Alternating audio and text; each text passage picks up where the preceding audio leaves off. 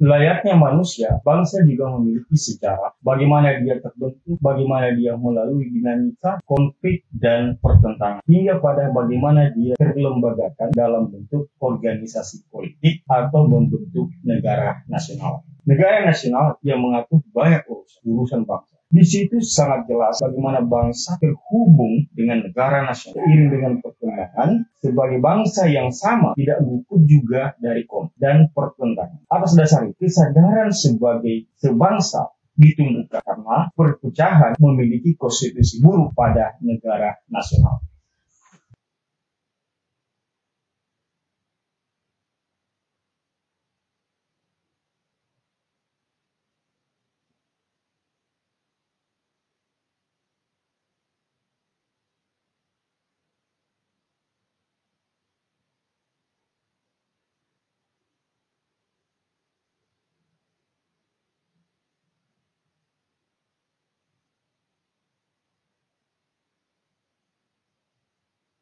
Assalamualaikum warahmatullahi wabarakatuh. Pemirsa yang budiman, hari ini saya akan menyajikan pokok bahasan tentang identitas nasional. Pada sesi 1 bahasan identitas nasional akan menjelaskan tentang subkajian, yaitu bangsa yang bernegara. Bagaimana bangsa itu terbentuk, bagaimana negara itu ada, bagaimana hubungan bangsa dan negara, hingga pada upaya menjaga negara yang tentunya dikorelasikan dengan Indonesia itu sendiri. Bangsa dan negara, dua istilah yang sering disandingkan. Terkadang ada yang mempersamakan keduanya, meskipun sebenarnya keduanya memiliki makna yang berbeda. Bangsa merujuk pada orang, sementara negara merujuk pada wadah. Atau ada yang menyebutnya sebagai organisasi politik. Secara etimologi, negara memiliki keterkaitan pada beberapa bahasa, seperti stato dalam bahasa Italia atau stat dalam bahasa Jerman. Dan dalam bahasa Latin dikenal dengan istilah status. Artinya sama, adalah keadaan atau kondisi. Dalam penggunaan istilah negara, ditemui beberapa kendala. Karena pada pandangan-pandangan para tokoh tentang negara, ditemui juga beberapa perbedaan. Kondisi politik tertentu sangat mempengaruhi dalam memberikan pemahaman tentang negara. Namun, negara itu sendiri secara umum dipahami sebagai wadah atau organisasi politik, di mana posisinya sebagai organisasi yang memiliki kewenangan yang sangat besar, terutama memiliki kewenangan dalam memastikan aturan tetap ditaati, berlaku, atau berjalan di masyarakat. Bisa memaksa siapa saja untuk tunduk pada aturan. Sementara untuk bangsa itu, pengertian bangsa itu sendiri, bangsa berasal dari bahasa Latin natio, manusia dari asal yang sama. Bangsa bisa dimaknai sebagai kelompok atau sekelompok orang yang memiliki kesamaan asal, kesamaan bahasa, dan tradisi, menempati wilayah tertentu. Bangsa dianggap juga sebagai entitas politik. Ada yang menyamakan dengan etnis dilembagakan atau komunitas yang secara bersama mendapatkan kesadaran dan kepentingan yang sama. Bangsa adalah istilah dalam penggunaan negara berdaulat. Pada dasarnya, bangsa merupakan komunitas yang didasarkan pada persamaan-persamaan, termasuk persamaan sejarah, persamaan bahasa, etnis, persamaan budaya, dan wilayah. Dalam konteks Indonesia, jika dikaitkan sebagai bangsa, merujuk pada pengertian-pengertian yang saya jelaskan tadi, persamaan sejarah, persamaan bahasa, etnis, budaya, dan wilayah, maka untuk Indonesia itu sendiri teridentifikasi pada sejarah yang panjang yang menjelaskan tentang Indonesia sebagai sebuah bangsa. Bagaimana terbentuknya bangsa? Terbentuknya sebuah bangsa itu masing-masing memiliki prosesnya sendiri. bangsa Indonesia juga demikian terbentuk, bangsa Indonesia juga demikian terbentuknya memiliki prosesnya sendiri. Tapi pada dasarnya terbentuknya bangsa karena adanya rasa kesamaan-kesamaan. Jika ada perbedaan agama, suku, bahasa, dan budaya, maka kesamaan pada jenjang atas atau jenjang tertinggi dijadikan sebagai bangunan untuk membangun kebersamaan, sebagai identitas bersama, atau sebagai identitas nasional. Jika kita merujuk pada sejarah terbentuknya sebuah bangsa, saya mengawali pada penjelasan bangsa Indonesia itu sendiri. George Witshore, seorang yang pernah menulis karya mengenai Kepulauan Melayu dan menciptakan istilah Indonesian, yang kemudian dilanjutkan oleh James Ricard Logan, muridnya sendiri, anak didik dari George Witshore ini, dia mengusulkan nama Indonesia, nama yang digunakan sebagai penanda terhadap orang-orang yang menempati kepulauan Indonesia atau wilayah yang kita tempati saat ini. Pada perkembangannya, di abad 20, penamaan Indonesia itu menemui momentum yang tepat, yaitu dijadikan sebagai dasar untuk membangun nasionalisme. Karena dengan itu, memberi rasa kesamaan, dasar rasa kesamaan dan kebersamaan. Posisi itu seakan menjadi tempat bertemunya dari begitu banyaknya perbedaan, termasuk perbedaan budaya, perbedaan agama, kesadaran atas kesamaan-kesamaan di atas perbedaan, atau dikenal juga sebagai kesadaran berbangsa, kesadaran atas kesamaan yang berada pada jenjang atas. Dalam perkembangan selanjutnya, karena pada saat itu berada pada kondisi kolonialisme, kesadaran itu dijadikan sebagai bagian kesamaan, bagian atas kesamaan penderitaan di bawah pemerintahan kolonial, yang secara tidak langsung menjadi kesamaan atas penolakan kolonialisme bangsa. Kesamaan atas penolakan kolonialisme menjadi posisi penting atas perbedaan, sehingga bangsa Indonesia itu sendiri terdiri dari ragam budaya, ragam agama, ratusan suku bangsa. Pentingnya sebuah negara pada posisi sebuah bangsa yang terbentuk dalam perkembangannya akan mengarah pada bagaimana bangsa itu terlembagakan. Dan pada posisi itulah diperlukan negara nasional. Dan negara nasional yang dimaksudkan di sini adalah negara sebagai organisasi politik atau yang mengorganisasikan bangsa itu sendiri. Negara nasional pun dihadirkan sehingga pada posisi itu bangsa yang tadinya telah ada kemudian terjadi penyatuan atau penyatuan terbentuk. Penyatuan antara bangsa dan negara. Artinya bahwa negara dan bangsa itu menyatu dengan demikian bahwa kehadiran negara itu tidak bisa dilepaskan dengan keberadaan bangsa itu sendiri, terutama dalam konteks Indonesia itu sendiri. Intinya bahwa negara nasional itu dihadirkan dikarenakan bangsa itu sendiri merasa penting, sehingga bangsa memiliki peranan penting, terutama peranannya dalam memperkuat negara itu.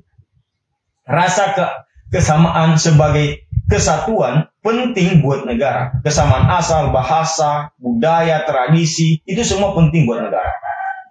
Rasa kesamaan bangsa itu kemudian dijadikan sebagai identitas nasional. Setelah terbentuknya negara atau terbentuknya bangsa dengan negara atau menjadi negara bangsa atau nation state, maka yang menjadi tugas selanjutnya adalah bagaimana memperkuat negara itu, bagaimana memperkuat negara nasional itu. Atau dalam konteks Indonesia misalnya, bagaimana memperkuat, menjaga negara kesatuan Republik Indonesia, memastikan tetap berdiri kokoh, kuat dan utuh. Atau bagaimana tetap menjadikannya sebagai tempat yang nyaman untuk ditinggali bersama.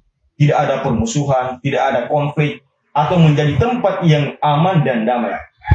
Ancaman buat negara bukan hanya dari luar dalam bentuk invasi militer, namun bisa dari dalam bahkan banyak negara yang saat ini dilanda konflik, dilanda perpecahan, itu datangnya dari dalam negara itu sendiri.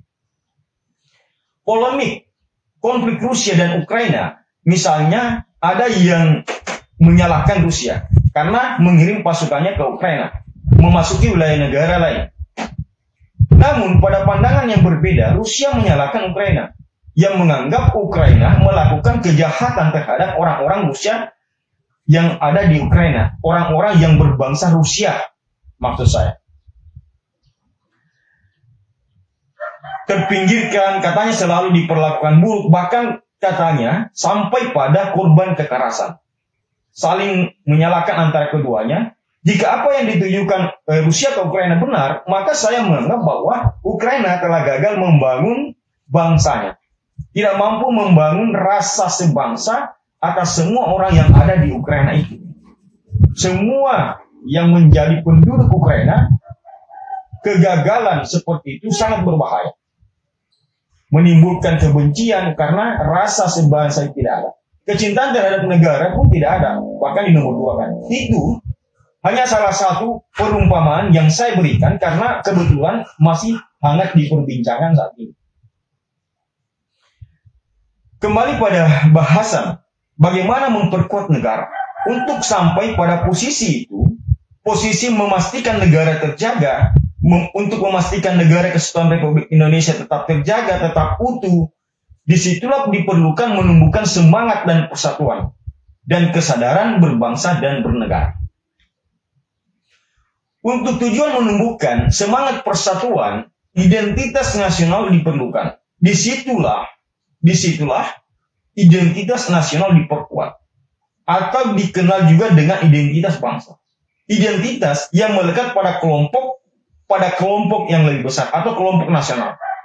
Kesamaan-kesamaan bukan hanya kesamaan budaya, bahasa, dan agama, namun juga pada kesamaan cita-cita dan tujuan.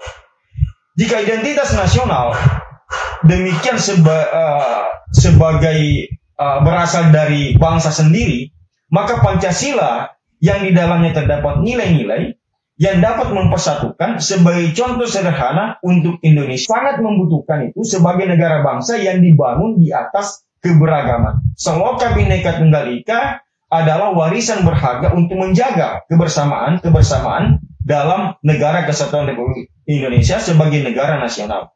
Hidup bersama antar segenap orang-orang yang ada di negara nasional ini, di dalamnya haruslah tercermin kesamaan dan kekeluargaan, baik itu kehidupan nasional dalam bidang ideologi, politik, ekonomi, sosial budaya, dan pertahanan keamanan.